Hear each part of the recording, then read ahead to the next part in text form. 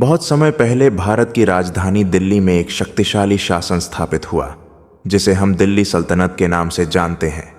यह कहानी उसी दौर की है जब दिल्ली सिर्फ एक शहर नहीं, बल्कि सत्ता, संघर्ष और बदलाव का केंद्र बन चुकी थी। कहानी शुरू होती है 1206 ईस्वी से, जब कुतुबुद्दीन ऐबक ने दिल्ली सल्तनत की नींव रखी। वह पहले एक गुलाम था, लेकिन अपनी बहादुरी और बुद्धिमत्ता के कारण वह शासक बन गया। उसकी कहानी हमें यह सिखाती है कि मेहनत और साहस से कोई भी इंसान अपनी किस्मत बदल सकता है।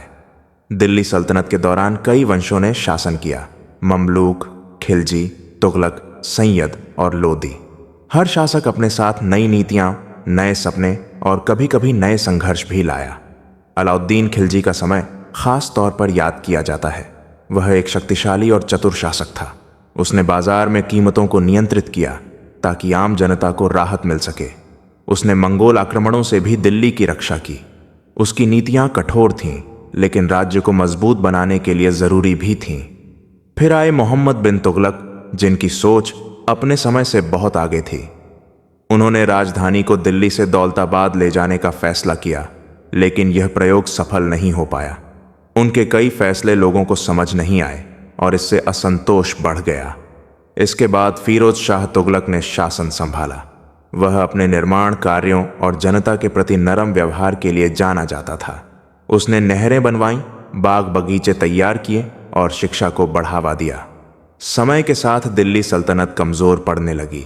अंततः लोदी वंश के अंतिम शासक इब्राहिम लोदी को 1526 में बाबर ने पानीपत की पहली लड़ाई में हरा दिया। इसी के साथ दिल्ली सल्तनत का अंत हुआ और मुगल साम्राज्य की शुरुआत हुई। यह कहानी सिर्फ राजाओं और युद्धों की नहीं है, बल्कि यह उस दौर की भी है जब भारत में संस्कृति, कला और वास्तुकला का विकास हुआ। कुतुब मीनार जैसी अद्भुत इमारतें इसी काल की देन हैं।